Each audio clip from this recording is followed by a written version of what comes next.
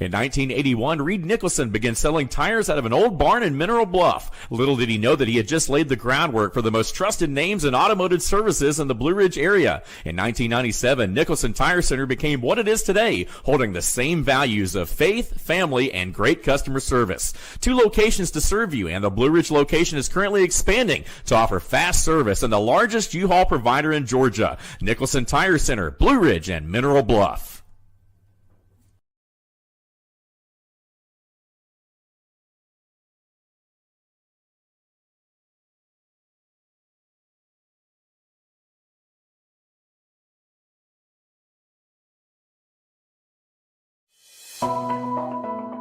Ritz Furniture specializes in quality furniture for affordable prices. Our extensive inventory highlights top brands and provides everything you could ever want. You can count on us for kitchen, dining, bedroom, and living room furniture, no matter what the style is you have in mind. Stop in with your family and look at our amazing selection to find the perfect fit for your home. Contact us today to see how we can make a difference in your home.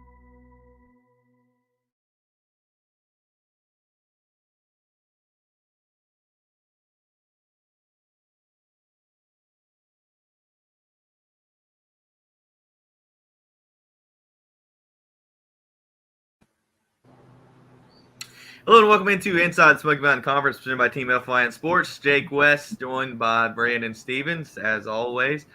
Brandon, a good week of football in our first week of Smoky Mountain Conference play.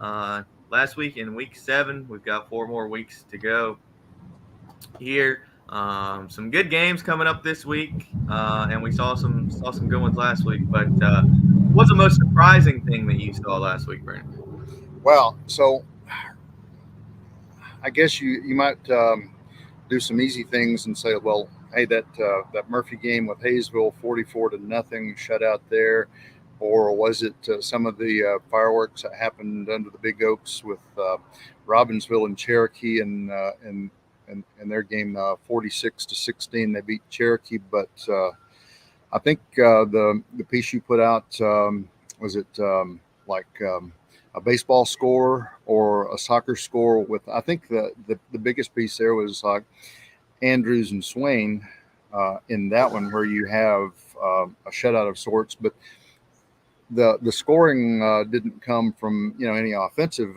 pieces because there were some things that bunched up both teams. But I think that one was a big piece because we were waiting to see how these 2 teams were going to erupt, and it came out 2-0. I think everybody was like, okay, there were some really big things that happened in those other 2 games, but that one took the prize for me, looking at how Sherman Holt and the Swain County Maroon Devils trying to work against Coach James Phillips and the Andrews Wildcats with these guys trying to get that first conference win. Swain digging themselves out of the hole a bit with not having wins this year. That one to me was like a bit of a surprise. Yeah, I agree. Looking back through some of those games, the Swain Andrews game being close, the Cherokee Romsville game being, not as close as we kind of thought it would be, and then the Hayesville Murphy game, kind of getting out of hand early. There were some good defensive efforts all around, I think, from obviously the winning football teams, because Romsville, I know they allowed 16 points against Cherokee, or 14 or 16, something like that. Obviously, Swain doesn't allow a point, or Andrews doesn't allow a point against Swain. Swain only allows 2 points against Andrews, and then obviously Hayesville allows 44 to Murphy, and Murphy shuts out Hayesville. So 3 out of our 5 teams played some really solid defense, and we're able to take home, at least something to build off of coming into this next week. But what do you think? Your most surprising thing probably can go hand in hand with who won the week and who lost the week. Obviously, Hayesville gets shut out, but the who lost the week, you you could say either team. I know Andrews came away with the victory, but you could say either team that was in that football game lost the week, Andrews and Swain.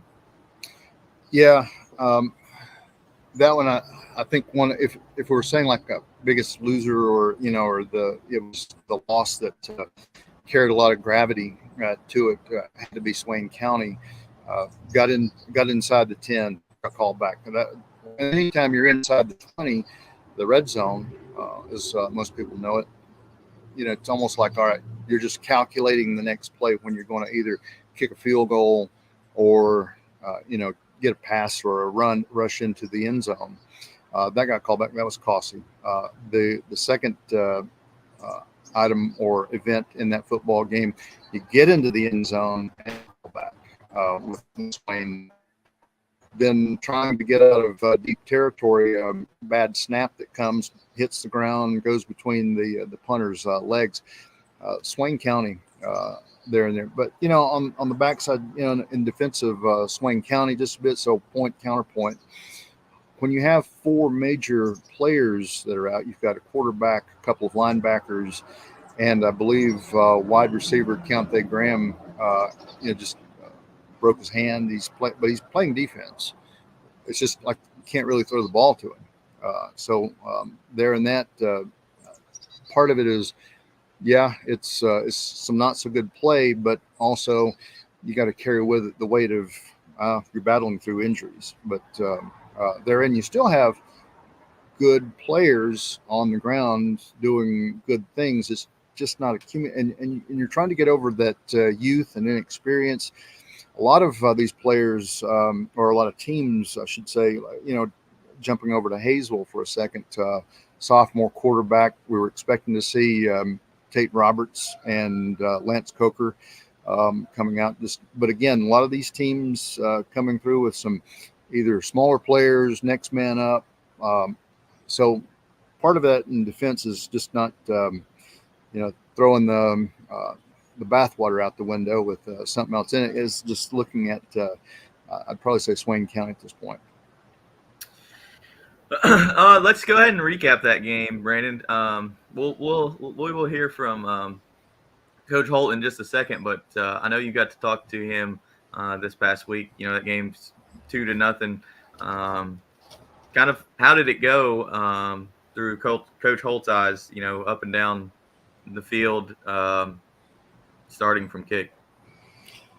I kind of recapped that a little bit. There were some bright spots with that. If you're looking at it totally through the lens of Swain County Maroon Devil, when you think about that, Andrews building up for what they did, 50 yards of offense. Swain County 147 yards of offense. Again, this is a big defensive night, and you have plays being called back, penalties. But the good thing when you look, he and I sat down, we watched some video. Yeah, you actually have good penetration by the defense. They hurried the quarterback Tatham quite a few. I think there were 3 sacks, hit or hurried the quarterback good.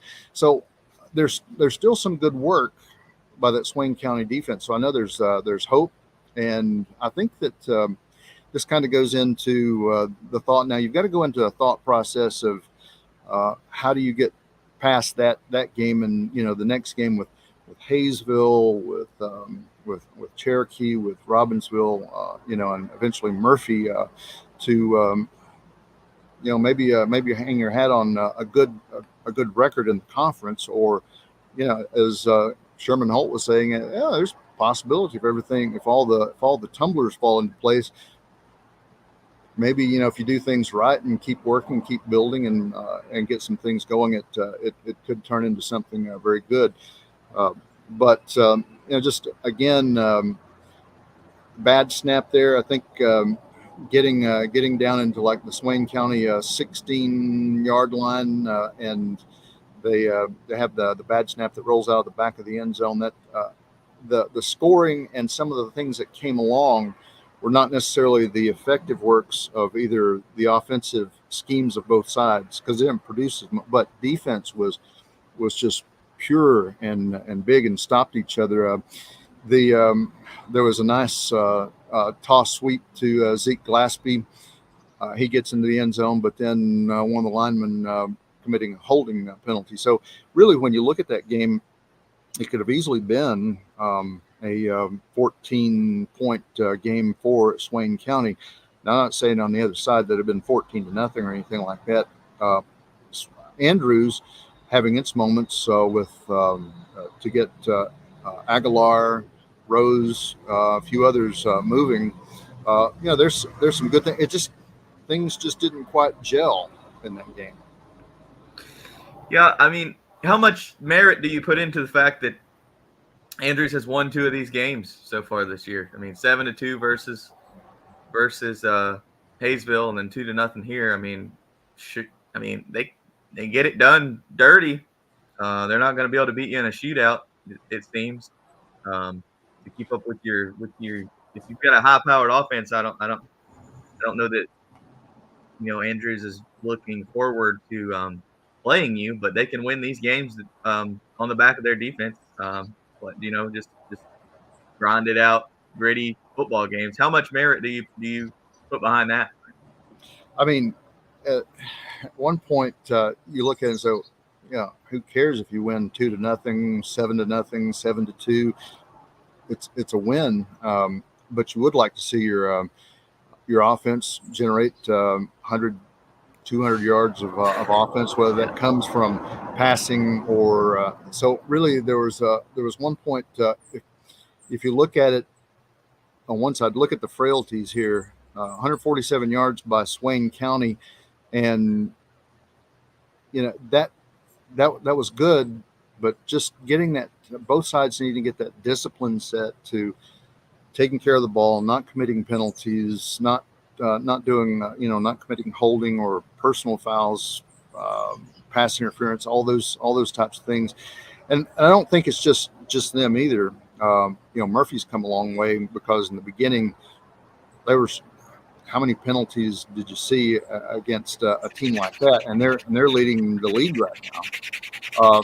Same situation coming with Robbinsville. Same situation, coming in with, if you talk to Tim Hawkins, Cherokee. But on the one side, you are moving the ball, whether that's a pass out to Stillwell, or you are running somebody like Zeke Gillespie, and he still has good speed. I mean, there's some good things. It's just Swain County needs to polish a few stones, and I think it's the same story with Andrews. So that's a good question of where you go. But still, again, this is where I think there might be a little fallacy with that whole thing that says defense will put a ring on your finger, build a state championship. But in order to get there, you got to score some points too. There's got to be an extra little ingredient that goes into that stew pot. Let's hear from head coach of the Maroon Devils, Sherman Holt. Coach Holt went to Andrews 2-0. Tell us about that game. Well, it was an offensive struggle for both us and Andrews. We had some bigger plays that got called back due to penalty, and so I preached to our kids after that game. In those close games, whether it's 2-0 or 50-49, most of the time close games are won and lost by those teams that are the more disciplined team. The team takes care of the football. We didn't have no turnovers until the last play of the game when we're just trying to heave it to the end zone, and so we did, do a pretty good job of taking care of the ball, but our penalties really affected us. We get Zeke Gillespie in space, and he goes for a touchdown, and it gets called back. And, you wonder how that might have changed the dynamic of the game if we get on the board there early. And so it just it was a tough night for us, and, we've got to do a better job of being more disciplined and focusing on, using our technique that we've worked in practice. And, I think we jumped off sides on defense twice to give them first downs. it's just undisciplined, uncalled for, so that we just got to be able to focus up on the stuff that we can control. And, moving forward, got to be able to execute a little bit better offensively, got to be able to score some points and not shoot yourself in the foot on special teams. What are you thinking about Hayesville? Well, good thing is play them at home. Coach McClure always does a good job having his kids ready to play. They always play real hard, and so be a good challenge for us this week to, be able to have a good week of practice. Got to come in here today on Monday and just get after it and start working on game plan and stuff. And then, they got the Trey Graves kid. He's a real special talent, I think. They got a couple of linemen up front that really get after you. And then, quarterback, they've kind of had 2 or 3 different ones this year, and so it's been, the personnel stuff. Watching film, we've got to figure out what we want to do with each one of those guys back here. But just continue to work on us. We got to get better. Offensively, being efficient, being able to sustain drives. Defense played pretty good last Friday. I think we give up 50 yards, and so it's just one of those things for us. We got to be ready to play on Friday against Hayesville. It's our homecoming, so we'll probably have a big crowd here. It's also our Hall of Fame game, and so a lot of people be watching, and so we just got to be ready to play and be ready to execute. Coach, outside of football, we're proud of the fact that you are one of many teams that are utilizing your players to help with flood relief. How's that going? It's going good. We actually, yesterday on Sunday, sent out 8 trailer and truckloads to 8 different places across western North Carolina: Mitchell County High School, Mountain Heritage High School, North Henderson, family in Edneyville, or a neighborhood in Edneyville, neighborhood in Asheville. Sent some to Maggie Valley, sent something to Pisgah High School. So just trying to help these people, that's lost everything. I mean, just the devastation when you get out here and get into these communities to deliver this stuff. It's just unimaginable, and words, pictures, videos cannot do it justice until you actually get there and just see what you used to see, and now you look at it and you see nothing. And so we're real proud of our kids for jumping in and helping, and all our faculty that's helped, and our community members. We've got a great community here in Bryson City, and so we're just glad that we could help wherever we've been. I know it's been a big blessing for people to see these kids show up. Usually at the end of our interview, I'll say go, but this week I'll say thank you, Maroon Devils. Yeah. Go Devils. It's awesome to hear and see the work that the Maroon Devils are doing off the field. Obviously, they're working toward a better product on the field, but Coach Holt's doing a good job raising these kids, forming them into being better men off the field, as well as good athletes on the field. But he mentioned their game against Hayesville. This is a good opportunity for both Hayesville and Swain to fix some things that were left to be desired last week, and put together something that they can hang their hat on this Friday night. Hayesville traveling to Swain. Memorial Stadium's a tough place to play, but Swain's had their struggles. You look at transitive property. Both these teams have played Andrews. One was 7-2 and one was 2-0. So, looks like it's probably going to be a dogfight. It's probably going to come down to, like all football games, with evenly matched teams, who holds on to the football, because both teams are well coached and they'll be schemed up, ready to go Friday night. Yeah, probably somebody's going to roll their eyes at me when I say this, but, it just comes down to, I think what you said, some good old smash mouth football. But I believe that one thing that we haven't said, that going into this game and any other game that probably Swain County or maybe even Andrews coming out of their 2-0 game need to work on, whether you play gritty, you connect the passes, that sort of thing. Penalties killed. 14 penalties, 126 yards Swain County had to put up with. So take care of that. And I think, Jake, the inertia, again, looking through the lens of Swain County. Now, on the other side, when you're looking at Hayesville, I think I didn't have too much conversation when you're when you're like trying to keep track of all the statistics and all the play-by-play of what goes on in the football game and tracking down passes and that sort of thing. It's you really have to look at Trey Graves. I think he's such a good workhorse that he did really well, and I think when I watched, came to the line, enthusiasm, fire. He was trying to move the ball, trying to get just that little extra support and help. Hayesville, a little bit smaller size than the Swain County Maroon Devils. When you've got the big guys, the Grady Lewises, by the way, he's back. He's out of the backfield in the offense and back on the line. So you fortify that, and then Insay and the rest of that crew that's there. Hayesville, a little bit. I'll put it this way: Swain County is going to have some big size to come into this one, and that's what they need. But again, can't really say it and keep overemphasizing it, but just discipline, take care of the ball, and then after that, they are executing. They're doing. They're moving things. So. This one could be. You're playing in Memorial Stadium. That's a tough. Everybody in the Smoky Mountain Conference. I mentioned to you, this is a tough place to play. They don't like to play at Swain County, and so for the opponents coming into that arena, this one could be the first win for Swain County.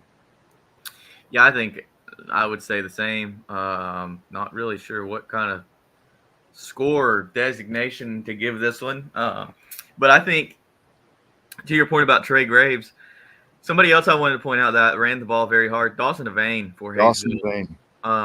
Him and Grady Lewis, I think, are going to go at it Friday night. That'll be the matchup that I would like to watch if I was at this game. And, yeah, I do think it's going to be close, but I think Swain County pulls it out, and I don't think either team scores a ton of points. Now, this oh, go ahead. Sorry. I was thinking maybe like 21-14 or somewhere around in there. I do think that we'll see a broken play or two, which will allow each team to score. But most of this game, I think, is going to be played, on the ground because both teams are their quarterbacks have been banged up. They're having to play different quarterbacks. Seen 2 or 3 different quarterbacks from both teams. But yeah, I think it's going to be a tight one, and it's going to be a good football game for both these teams. I think you make an excellent point in going into that Pisgah game that Hayesville had. No quarterbacks. They were injured, and trying to Band-Aid that up. Of course, Swain County, John Stevenson to Drew Cody, the broken collarbone, trying to because you had some real pivotal people on places, but it speaks to the depth. It's not that Swain County doesn't have any players. Of course, we know that you and I talked about this either last year or the year before. Some of the numbers are down from how many people are actually coming in to play high school football in these smaller schools. Sure. That's a real big factor for them. So, yeah, we know the obvious thing here. So just getting the ball executed. But, again, it's what was it Denzel Washington said in Remember the Titans? It just it's like Novocaine. It just takes a little time, especially running that veer in Swain County. But the point is not being silly, but I think the point is just time and experience for both sides. My prediction here, looking at the average of how they've played, if you haven't made any strides to correct a few things in practice, it could be a lower scoring game like what you're talking about. I was thinking about this. It's 14-7, Swain County. Let's see. The other team that we talked about earlier in the Swain game was Andrews, and Andrews plays Cherokee this week. Cherokee coming off of that loss to Robbinsville, which a game that I thought was going to be much closer. But before we talk about that one, how do you see, this Andrews and Cherokee game going? Cherokee couldn't hold on to the football against Robbinsville. 4 turnovers, I believe, 2 interceptions, 2 fumbles. You can't stay competitive in a game like that. No, and the when looking in there again, had not exactly the best night either way of rushing or passing. Either way, the offense just not quite there. I think what was it, 31 yards for Cherokee in rushing, and Yeah. maybe the better night was actually probably seeing like Jonathan Saylor trying to connect a few passes, and to I think there's about 5 or 6 different people that he turns around and guns to, and even or 4 people maybe, but both sides not doing that well. And again, like you say, it's penalties and turnovers killing Cherokee, but they have actually had some pretty good games, even though we'll just lay it on the line, some a weaker team or two that they've faced. But again, it doesn't matter. You're in competition. You're playing football. You've got the ability there, and just not the best night for, like, I think, being able to shut down. I think Robbinsville knew they needed to shut down Luke Smith. Yeah. If you do that, that knocks the legs out from under you, and within that, I think that's part of the story. That's not taking away from any of the other Brave players or anything like that. But when you have some team leaders, and we know how that works, that killed the momentum. Yeah, I mean, 109 total yards of offense that the Robbinsville defense gave up. And like we said, this is a football game that I thought was going to be close. I thought it was going to be, I thought Cherokee's offense would be good enough to put up some points and score, but they could not hold on to the football. I think Saylor himself had 4 turnovers, so it's hard to win a football game. Like we said, when you do things like that, we'll let this play while we talk about the team's upcoming games. But what do you see from Cherokee there's one of the turnovers. What do you see from Cherokee trying to put things together as they face Andrews this week? Well, again, just it's kind of like go back and rewind our show to what I was talking about with Swain, and not necessarily the injuries, but just making sure you take care of things.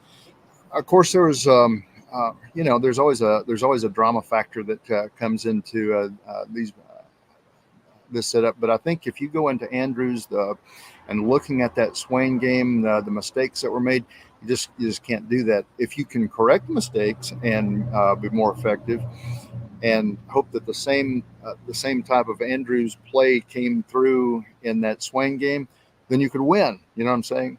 Yeah. It's a complicated way to bridge that back end, but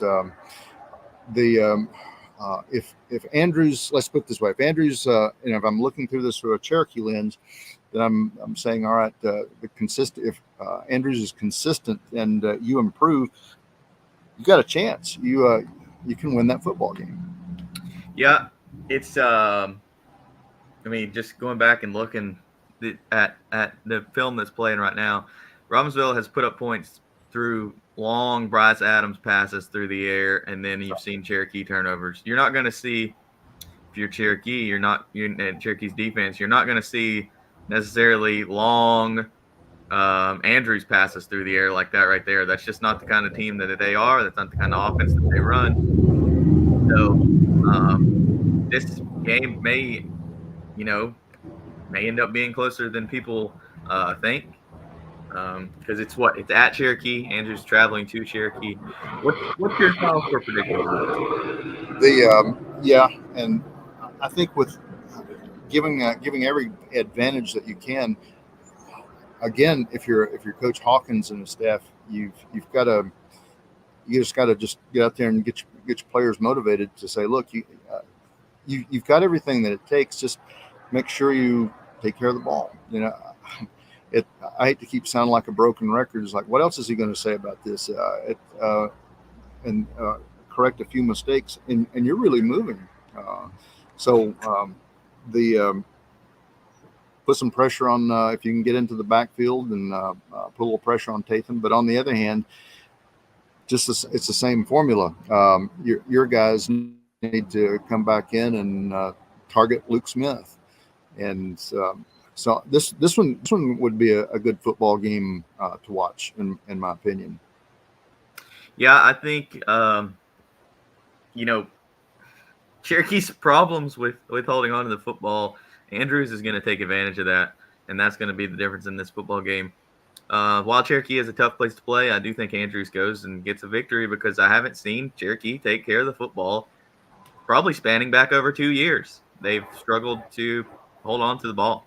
And I think Andrews will be able to get penetration in the backfield, rattle the quarterback a little bit, and not give him time to throw. While I think the soft spot in the Andrews defense is probably the secondary, I don't think that up front, the linebackers and the guys up front are going to let anything get past them. I don't think we'll see maybe a busted play, a couple deep shots get over the head of Andrews, and that's what keeps it close. But I still think Andrews comes away with a victory. But as good as that defense is, we've got to see something out of the offense. You've got to score points because, like I said, it just takes one sailor pass to Luke Smith to put points on the board, and it's not that Aguilar and the running backs from Andrews can't break one, but it's much easier to connect on a long pass than it is to break free on a run up the seam. So I don't know. I think this week in Smoky Mountain Conference is probably the best week of football that we'll have with the way these teams are matching up. I agree, and I just the way that the pathways of these two teams, I would venture to guess that assuming somebody can't exactly correct and make the mistakes and get some things lined out, you could see an Eli Aguilar just burning up the field and rolling up some points like he has. Was he around a dozen touchdowns so far? He's the guy, so that's the one you're gonna have to watch. I think watch for the big play, and whoever can get that builds momentum and probably will be the leader. And again, I think this one could be a lower scoring football game. Thinking about it, 14 or 21 points to the winner, 7 points to the loser. So again, I probably have to carbon copy that one back over, and I'll give a prediction of saying if you can make things right, you can keep things clean and crisp, then everything your defense is making a stop, your offense is scoring the points. It could be a 21-7 football game for Andrews. Although, if you on the other side, I would almost have to turn that around. If you can take advantage of some of the fumbles and turnovers, that could be a Cherokee 21-7. But I think the way that Andrews having the win, they've got some good confidence moving. That could be a win in Cherokee for the Andrews Wildcats, and I probably lean that way. We've got one more game on the docket: Murphy versus Robbinsville. Both teams coming off big victories. Murphy goes on the road, gets a 44-0 shutout over Hayesville. Robbinsville stays at home with the Big Oaks, 46-16 win over Cherokee. And like we said, that's a Robbinsville defense that allowed 100 yards of total offense to Cherokee, who we thought had an explosive offense. But what do you see happening here Friday night at the Big Oaks? Well, I think as I was writing this week, it's like all the armchair quarterbacks coming out saying this is the Smoky Mountain Conference championship game. That could be possible. And I just want to speak to the drama a bit because Saturday, after both of those teams have, just very big wins over their opponents, okay, these are going to be the Titans of the Smoky Mountain Conference. And then, of course, they're meeting up, and it's going to be big. Number one, you're Robbinsville. You want to protect the turf. Who wants to lose under the Big Oaks? Nobody in Robbinsville. Nobody wearing black and white and gray this week. The Bulldogs lead the series with Robbinsville. I mentioned that. In the longer record and over the historical record dating back to 1960. But last 10 years, it's been a Robbinsville win. Just talking about that, 10-6 leading over Murphy. And of course, many times in that past 10 years, Robbinsville and Murphy have seen one another twice in a season, regular season, conference season, and then in the playoffs. And Murphy, when it wins, it comes in and can build up to like 60 points. Robbinsville, when it wins, 46 points. But I can talk about that over and over. But that's historic, and that's in the past. I think the couple things pointing out Murphy's running game versus Robbinsville's front line. Both teams very physical. I think that the backs from Murphy, there's not just one that's doing all the work. Cameron Clem is not just your sole guy that you go to and you knock him out and Murphy unravels. Jonah Hedden comes in, Will Shore comes in, and if they're not getting the job done, then Cadence Leatherwood. It's just basically Murphy's got a lot of bullets in its gun that can fire and move you down the way. But in time, we've seen where Robbinsville shuts down that run, and they expect what comes out of the wing team. Otherwise, Robbinsville's running attack, man, Roman Jones, he's when you look at how he is 6'3", 213 pounds. Maybe not you wouldn't expect him to have the speed that he does, but they just like to grind down the defense and power you. And if they can't get it done, well, they'll send Roman for a pass. But sometimes in this case, and I think we've seen it in many games before, a lot of times you rush to open up the pass. But, this one might be a situation where Brady Grant and Bryce Adams have to do a little extra work and, dig deep to find those trick schemes that clown the other team and, get you to the big plays. That could be so your defensive set. Everybody's going to have to be on guard, but the big one here is you just can't have any turnovers. You can't have fumbles. You can't have those pivotal penalties, I call them. Get a 30, 40-yard play and then it comes back because you were holding or pass interference. That's just too much. You can't speak too much about like unsportsmanlike conduct and personal fouls and things that stuff happens. But regardless, I'd say both teams know what each other does. I mean, it's historic. Nobody's really changed. The bigger piece here is like how gritty can you be and work your way through it. Hope that makes sense. I think this game, you mentioned the Roman Jones, the Cameron Clems, the Cooper Adams, the rushing attack that is on the ground for both these teams. It's solid work from both of them. But I think this game Friday night boils down to who plays better, number 10 in black and gold or number 6 in black and white, because your quarterbacks are going to win you this football game. Both teams are, they know that they know what run plays are coming. It's kind of in the air and through exposing the secondary that you're going to have an opportunity to put up points. I think we saw a couple years ago when Murphy went down to the Big Oaks. They had the big running backs, they had the big running game, but no, it was Cole Laney that at quarterback that exposed the Robbinsville secondary and came away with a big win. Same thing, Robbinsville a couple years ago came to Murphy. Dason Gross exposed Murphy at quarterback for Robbinsville. So this game comes down to the quarterbacks more than we think it does. Which one makes smart decisions, which one delivers the ball on time, gets the ball out quickly, and which coach puts the ball in their quarterback's hands and allows them to either win or lose this football game. Murphy hasn't thrown the ball very much. Robbinsville threw it a lot last week getting ready for this game. So we'll see who answers the call, number 10 or number 6.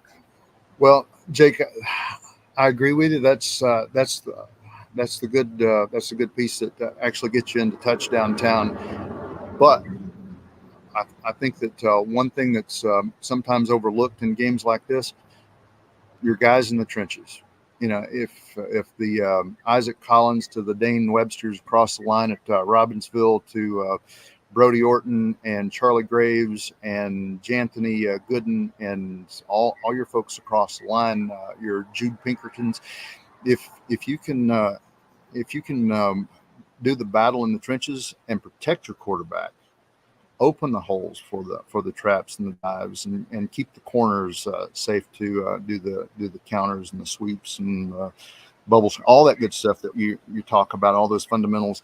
I think across the line, this is one of the bigger lines that I think in time. Robbinsville's always put up some pretty good folks. This is a good size. Both these teams, when you look at like last week, I was looking how much bigger a little bit Murphy is over Hayesville, but very effective, very lean players like a Brody Orton, but then you've got like just monster size guys like Janthony Gooden. I think that's just going to be the battle inside is Titan T. Stesky. As long as he stays healthy, he's had I think he's had a knee problem, but on the other side of Isaac Collins, but in the passing game. Are you thinking that from Robbinsville's perspective, is that Darian Ledbetter who's or Luke Lovin that's going to get that pass? I think that some of the passes have come to non-traditional sides like Cooper Adams. When you look at some stats, and Isaac Collins, am I pronouncing his name right? Isaac. Yeah. So just to make sure, in that sense, You can't necessarily look at the traditional wide receivers. They go and get the guys who've got the speed and can get out there and get open. But I think you're exactly right. This could come down to a passing game. Now, on the other hand, turning the table around, one of the guys that the Murphy Bulldogs have been looking to and hit quite often. I think if I were a Robbinsville Black Knight, I'd be looking at number 3, Ryan Payne. He's he'll either intercept you or he'll take a quick pass and he's up the field. He's fast and strong. He's a big guy too. He's not one of your lightweight wide receivers. So I would watch that. Also coming off that edge, Will Shore is also has played wide receiver and will get out there and he can burn you too. Bigger question is the Luke Lovins, Darian Ledbetters, and Tucker Joneses, and Tanner, the guys that make up that defensive secondary better be on your toes. Same with the wherewithal. Aiden Williams had a pretty good night against Hayesville, working on his defense now to counter that, to keep the passes out of the way. That's where this gets real questionable because you've got good speeds in their defensive secondary, and can they come up there and stop or net the passes from Bryce and Brady? So what's your final score going to be? I knew you were getting ready to come down and look at that, and I think this is a tough one.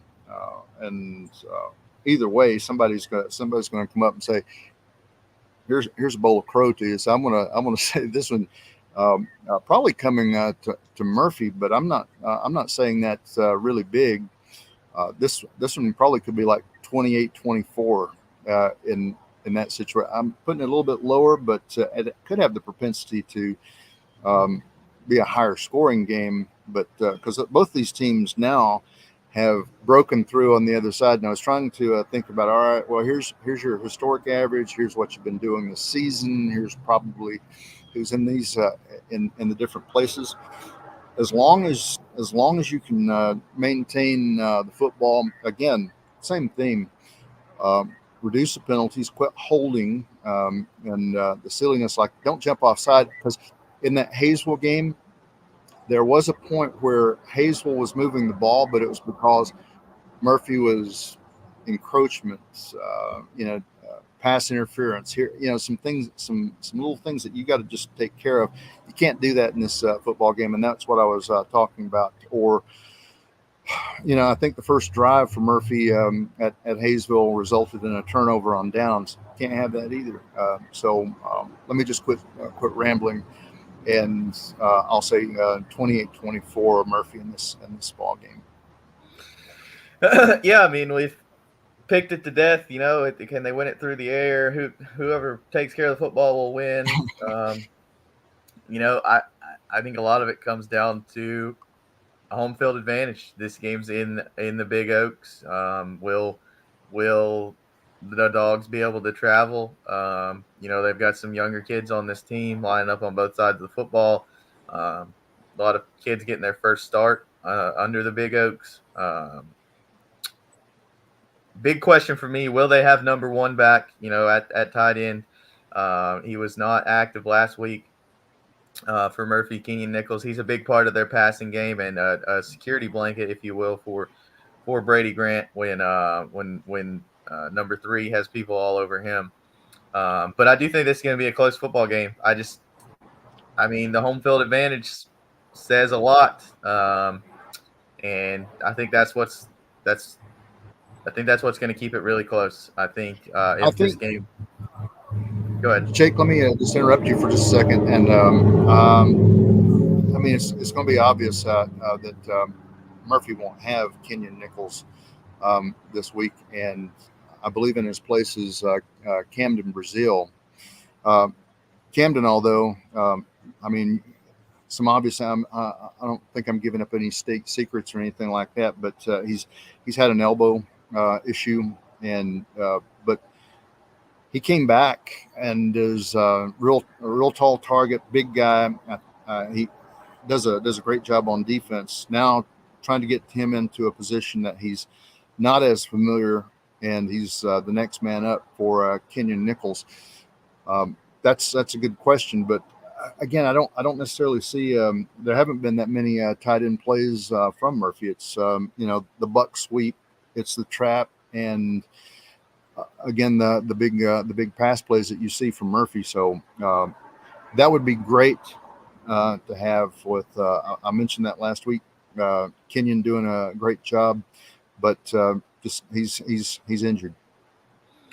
Yeah, and that takes away a dynamic part of the Murphy offense. So, it seems like on paper, Murphy should win this football game, but I don't know. Something's telling me this is going to be very close. I think this is another game that comes down to another Murphy Robbinsville game that comes down to the final play of the game. That interception, are you thinking about last year? Yeah, or the however long it was, the 78-yard field goal that Robbinsville hit at Murphy a couple years ago. There's so many things to talk about in this game anytime these two teams play. I was trying to see, does Robbinsville have a kicker this year? Or have they been having to go for two? And I believe they've put one through the uprights. Have they? Now I don't know if that's Angel Cervantes or who. I was just looking through the roster, but good one to check. But that I think you have a good point in what gives you that weird score 28-24 could be a difference in trying to go for a field goal or two. Isn't it odd that you've got 100 yards, 70 yards, 60 yards to go. You can move the ball that far, get down in the red zone, put it into the end zone, and then afterwards, whichever coach, Walsh or Watson, says, hey, let's go for two. That's the toughest play you'll have all night. Yeah. Get that 2 points to go 3 yards and somebody grinds your head into the turf before you can make the end zone. Special teams, that could be the difference in a football game. So I think that is the difference in this football game. I think Jerry Bowie's kicking it very well. I look back and I saw, the reason I couldn't tell if Robbinsville had a kicker is because they've put him out there, and he's hit a couple. He's missed a couple.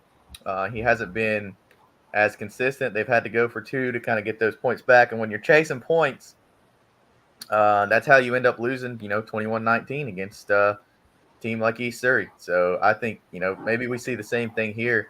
I think the special teams from the punter to the kicker is in favor of Murphy, and they win this game maybe 21-19, just like East Surrey did against Robbinsville.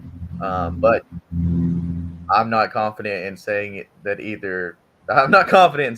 either way. I mean, there's been years where I've been like, yeah, this team's going to win 100%. This team's going to win 100%. This team has no chance. But in this one, with it being at Robbinsville and the way these two teams have played this year, I mean, it's kind of up in the air. But I'll say due to the special teams play, I think Jerry Bowie is the difference maker in this one, and Murphy etches another win in the column in this rivalry.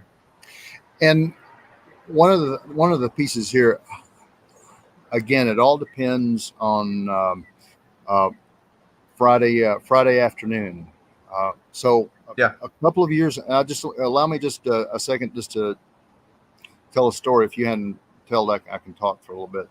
But a couple of years ago, I think that when we were playing, especially in that COVID season, Murphy going up, it was that spring, not really focused, got up, and it was kind of chaotic with everything that whole game, whether it was offense or defense. Won't call anything out, but that was it's just depending on how you show up. But you knew at that point all the players that you had, the Kellen Rumfelds to the Peyton McCrackens and the Ty Laneys, and that they were powerful players, had good line, but they just they dropped the ball in a sense. You go up, back up to Robbinsville, play under the Big Oaks, and you get a ticket to go to Raleigh and win a state championship. Looking at the last few years, the average score between these two teams, Murphy has been able to average about 28 points in the historic scope of it. Robbinsville 18. But again, the bigger range, the highest score that I can see from the data is that Murphy's highest score against Robbinsville has been 61 points, Robbinsville 48. Both teams historically for the past several decades, they've shut each other out 4 times. So really anything can roll through that. So just looking at historic data, that you could say 28, 24, that could be a possibility. But I think after all, what comes down is your mindset. This one, you have to really be focused. You can't play around. You can't horse around going into this game. Murphy came in real focused that last time in that one. And I think that's just to show that if you're prepared, if your mindset's right, and if you are come to the ball game to play ball and do business, you'll win. Yeah, I think the kicking game, like I said, and the fact that Murphy's not going to give Robbinsville good starting field position because we've seen them be able to put some touchbacks into the end zone, and I don't know if Robbinsville has that ability, but some good football games, like I said. Best week in the Smoky Mountain Conference, I think, the way these teams lined up. Andrews versus Cherokee, Hayesville versus Swain, Murphy versus Robbinsville. It should be 3 really, really good football games here in Week 8. Brandon, anything else before we go? No, I think that just dropping back, whether you're from Cherokee to Murphy and all the teams in between, I like what both Sherman Holt and this week in some of the interviews and some of the interactions I've had with coaches and players, Sherman Holt and Cadence Leatherwood, from Swain County coach to a Murphy player, just being thankful that you have that opportunity to play, and in this time that we're going through, that it's you have that opportunity. We were 30 minutes and 30 miles from devastation. So sure. Good work that's being done. And I just enjoy Friday night football. I agree. Brandon, thank you. We'll be back next week. Same time, same